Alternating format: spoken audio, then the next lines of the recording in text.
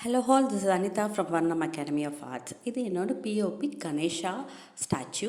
இது எப்படி பெயிண்ட் பண்ணுறது ஒரு சின்ன சின்ன டிப்ஸோடு நான் சொல்கிறேன், கவனமாக கேளுங்க. நான் பாட்டம்லேருந்து தான் ஸ்டார்ட் பண்ணேன். Light pink and dark pink கொஞ்சமாக எலிவேட் பண்ணுறதுக்கு லைட்டாக சாப் க்ரீன் யூஸ் பண்ணியிருக்கேன். தோசைக்கு பார்த்திங்கன்னா எல்லோ பேஸ் கொடுத்துட்டு கொஞ்சமாக ஆரஞ்சு. இதில் என்ன முக்கியமான டிப்புன்னா, நீங்கள் எப்பவுமே ஒரு கலரை டவுன் பண்ணுறீங்க, ஒயிட் வச்சு டவுன் பண்ணுறீங்கன்னா அந்த ரெஸ்பெக்டிவ் கலர் கூட ஒயிட்டை யூஸ் பண்ணாதீங்க. அப்படி பண்ணிங்கன்னா ஒயிட் அதிகமாக யூஸ் பண்ணுற மாதிரி இருக்கும். அதே சமயம் அந்த ஒயிட்டு கூட அந்த பிஞ்ச் ஆஃப் பிங்க்கோ பிளாக்கோ ஆரஞ்சோ சேர்க்கும் போது அது ரொம்ப பியூட்டிஃபுல்லாக இருக்கும். நிறைய பெயிண்ட்டும் நீங்கள் சேவ் பண்ணலாம். அது எப்படின்றத நான் ஏர்டோ பண்ணும் போது காட்டுறேன்.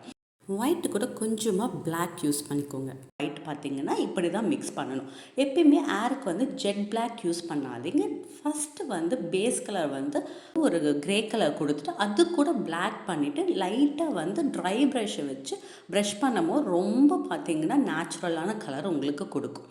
அது மாதிரி இயர்ஸ்க்கு பார்த்திங்கன்னா நான் ப்ளெயினாக விடாமல் கொஞ்சம் பார்க்க எலிவேட் பண்ணணும் அப்படின்றதுக்காக கொஞ்சமாக ரெட் ஆரஞ்ச் லைட்டாக டிண்ட் ஆஃப் எல்லோ கொடுத்துருந்தேன். ஸோ இது எல்லாமே நீங்கள் லைட்டாக ஒரு சின்ன சின்ன பாயிண்டில் ப்ரஷ் அப் பண்ணிவிட்டு ட்ரை ப்ரஷ்ஷால் நீங்கள் வைப் அவுட் பண்ணிங்கனாலே அழகாக அது ஸ்மூத்தாக வந்துடும்.